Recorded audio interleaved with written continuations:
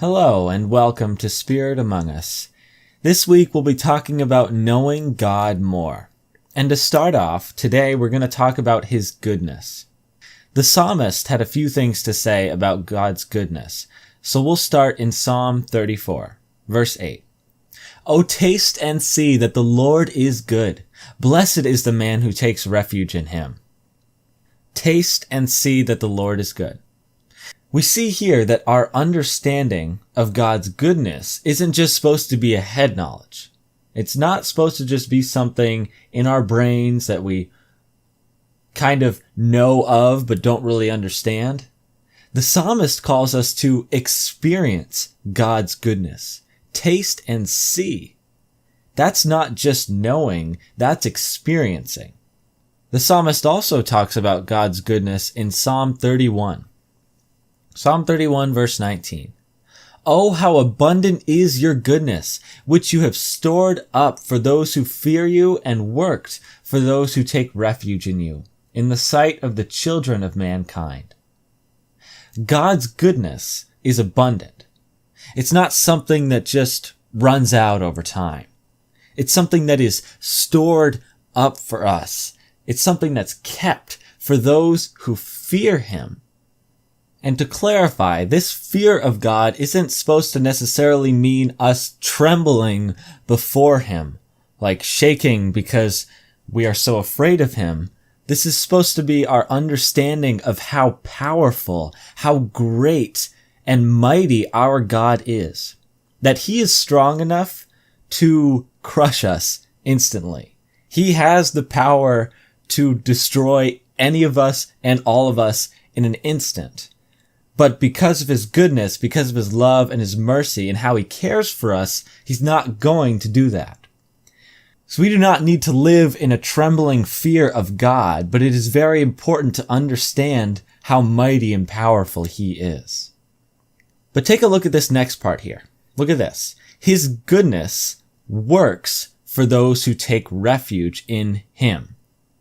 So not only does God keep His goodness available to those who fear Him, who know of His mighty power, but He also has His goodness work for those who take refuge in Him. And so to better understand this, to understand what the psalmist is saying here, I want to ask this question. Why would someone need to take refuge in God? Why would someone need to rely on Him? Simply put, life circumstances. Things happen, whether it's a literal danger, physical danger that we're facing, or maybe some sort of financial danger, or any kind of insecurity we face in life. God has His goodness waiting for us when we take refuge in Him. When life gets hard and when we press into Him, when we rely on God and say, "Okay, Lord, I trust you. I'm pressing in. I'm counting on you to carry me through," He has His goodness waiting for us in those moments. And He works His goodness for us in those moments. So one way that we can really experience God's goodness is by relying on Him in our lives. By going through those desperate situations and pressing into God, knowing that He is good and seeing that He is good. And we can also see God's goodness by looking back on our lives, by looking into the past and seeing how He's protected us, how He's blessed us, and how He's led us closer to Him. So these are two major ways that we can experience and see God's goodness. But in Scripture, the promise of God's goodness doesn't just stop there. We have another great promise in the New Testament about God's goodness and faithfulness towards us. Romans chapter 8, verse 28.